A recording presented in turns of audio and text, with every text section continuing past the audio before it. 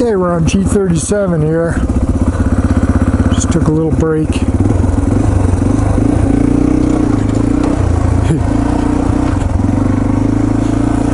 I got the automatic kickstand option.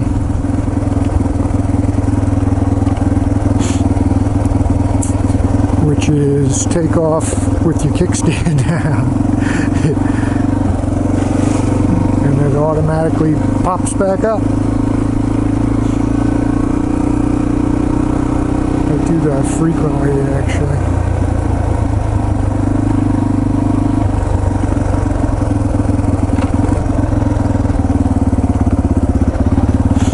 Check out that little spring. There's a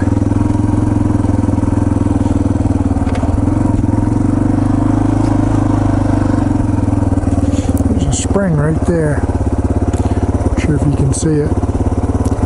Coming out of the side of that mountain underneath that rock there. And it flows down here. This is pretty much wet year round. It doesn't look like it's flowing, but I've stopped there before to look at some elk tracks, and you can see it flowing water.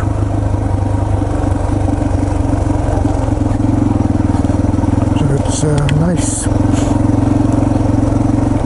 clean spring water. And it flows year round. I think I may have seen that spot dry only like one time in the middle of a pretty long drought.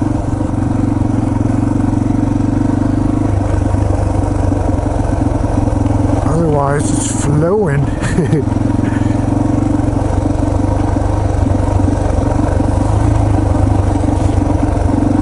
If I go down trail G3 today, we'll see some really big springs. Okay, now we're on G6.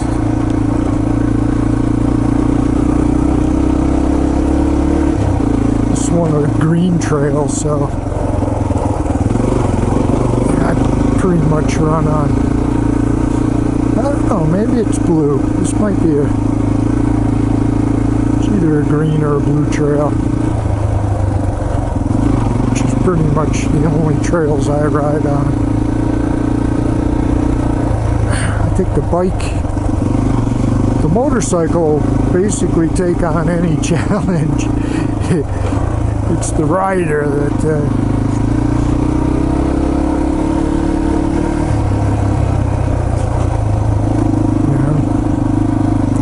depends on the rider.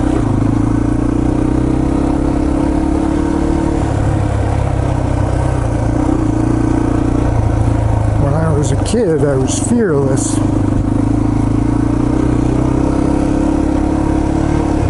I had a quicker bike, but it was smaller. So, and lighter.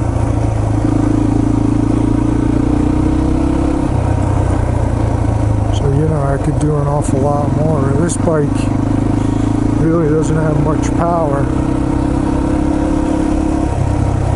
It's heavy as a bitch.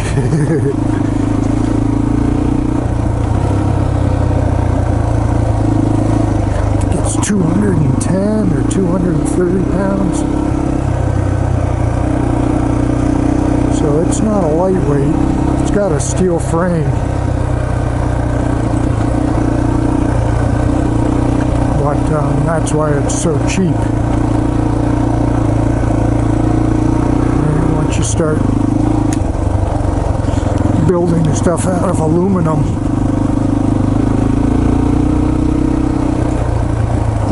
it's more expensive, but it's lighter.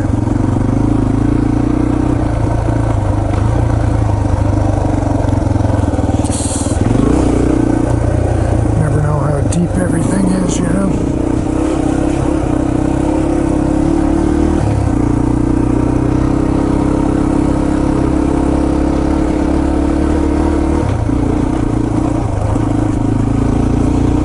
So this motorcycle is pretty much like the Ford tractor of motorcycles, you know, and that's kind of why I bought it. Doesn't have any electronics on it, it's just got a carburetor. I think that they were going to go to electronic fuel injection. I don't know what year they were going to switch. I may have gotten it last year with a carburetor, I'm not sure.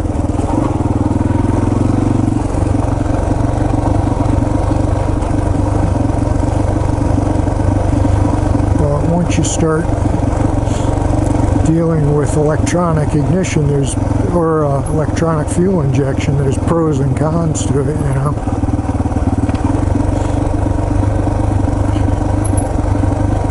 People bitch about this bike that it's tough to start when it's cold, but I don't know, I just kind of choke it, hit the button maybe 3 times and it starts. So whereas a fuel injected bike, computerized, you just hit the button, it'll start every time, whether it's cold or warm.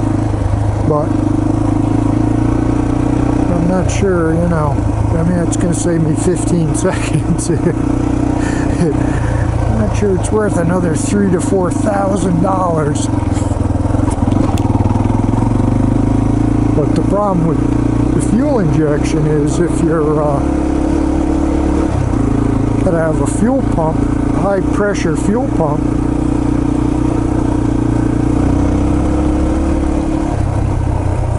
so if your high pressure fuel pump decides to shit the bed, of course it would happen when you're in the middle of nowhere.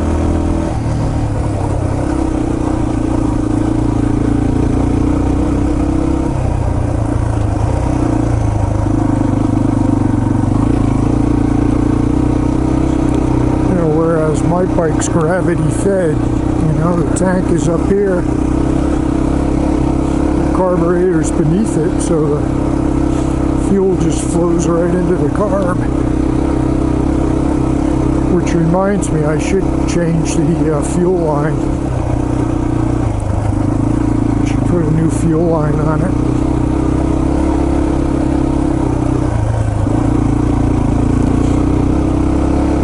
This is the original fuel line, they don't last forever.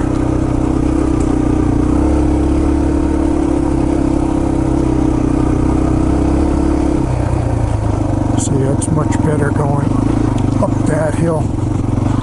Anyway, just keep going. I'm still on G6.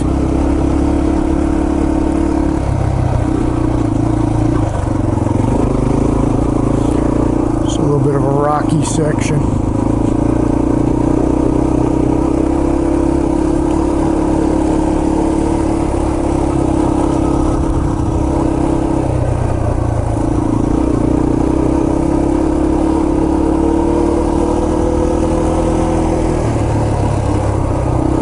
Fuel injection's got some benefits, and one of them is you know, you can change different tunes, setups. I think it's on the fly, so you can, you know, have a race mode and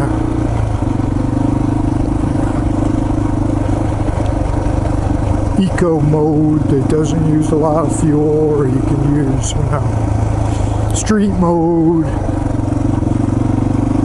Like the bulldozer went down 41. So that's kind of a nice benefit, and I see that with you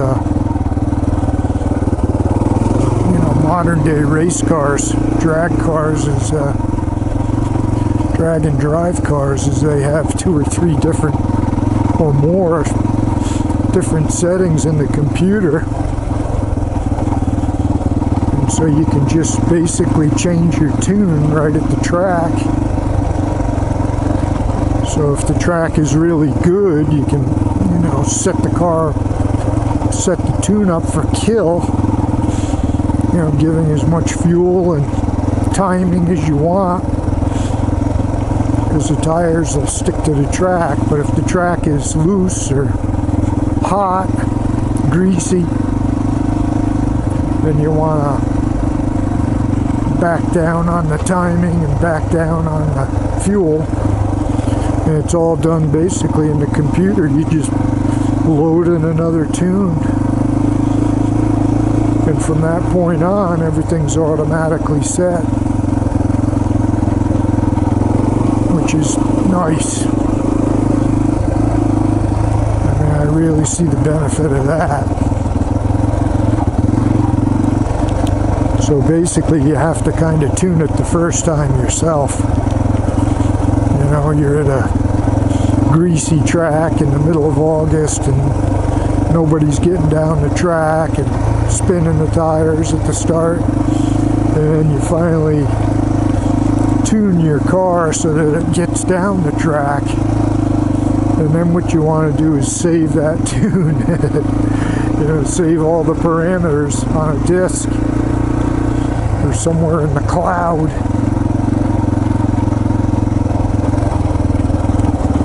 And then when you get the same conditions, you just download that tune, instead of having to tune it all by hand. So,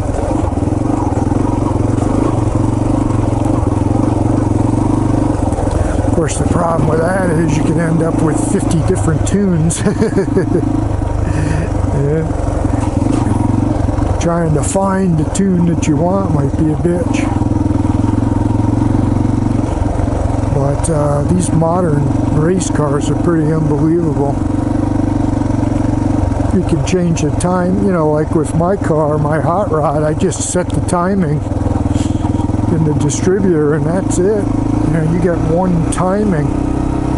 You have a little bit of play with the curve of the timing curve with a couple of springs, but other than that, so it's like a mechanical advance, whereas the computerized advance, it's all done in the computer, so you can say, okay, at 0 seconds to 1 second, I want, I don't know, 36 degrees of timing, and then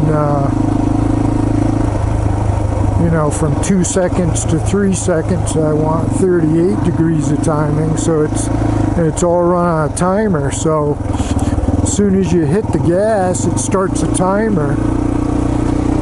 And I mean, these cars will shift and everything for you, so you can, don't even leave it up to the transmission. It'll automatically shift based on different parameters. And they even have traction control where if they see the tires spinning, it actually removes timing. So I mean, these things are pretty nice. But you need to know what you're doing when you're tuning. It's Trail 5 here. So that takes a lot of time to learn, or you have to get somebody who knows how to tune to. But that's why when you're at the track nowadays, you don't see too many guys with a screwdriver. You see them with a laptop.